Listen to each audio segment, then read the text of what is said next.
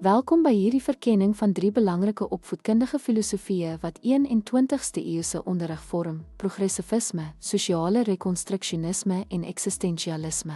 Hierdie raamwerke lei hoe opvoeders met leerders omgaan, leeromgewings struktureer en reageer op die komplekse uitdagings van moderne onderwys. Kom ons evalueer hul bydrae, waarde en relevantie tot kontemporêre onderrigpraktyke. Progressivisme beklemtoon ervaringsleer deur praktiese, ondersoekende metodes soos projekgebaseerde leer wat ooreenstem met kritiese denke en samewerkingsvaardighede wat noodsaaklik is in die 21ste eeu. Dit pas aan by leerders se belangstellings, maak onderwys meer boeiend en relevant en moedig bespreking aan en deelname aan demokratiese klaskamers om burgerlike ingesteldheid te bevorder.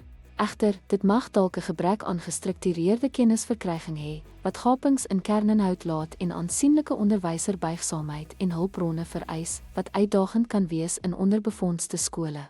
Dit is hoogs effektief in STEM en kreatiewe velde waar probleemoplossing en innovasie van kardinale belang is. Sosiale rekonstruksionisme gebruik kritiese pedagogie om studente toe te rus om sistemiese ongelykhede te analiseer en uit te daag, leer met sosiale kwessies te verbind en studente as veranderingsmakers te bemagtig. Dit berei leerders voor vir diverse onderling gekoppelde samelewings, hoewel dit as te polities beskou kan word en individuele leerbehoeftes kan oor die hoof sien ten gunste van kollektiewe aktivisme. Dit is noodsaaklik vir mediageletterdheid, sosiale geregtigheidsopvoeding en volhoubaarheidskurrikulums. Eksistensialisme fokus op gepersonaliseerde leer, eerbiediging van studente autonomie en selfontdekking en ondersteun geestesgesondheid en identiteitsontwikkeling.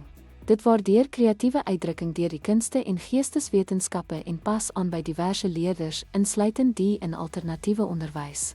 Dit het kort struktuur vir gestandaardiseerde leeruitkomste en kan sukkel in toetsgedrewe stelsels wat meetbare resultate prioritiseer. Dit is ideaal vir gepersonaliseerde leermodelle en sosiaal-emosionele leerprogramme. Ten slotte bied hierdie filosofieë komplementêre raamwerke vir holistiese 21ste eeuse onderwys. Deur hulle te integreer, kan opvoeders gebalanseerde pedagogieë skep wat beide bekwame en sosiaal verantwoordelike individue ontwikkel.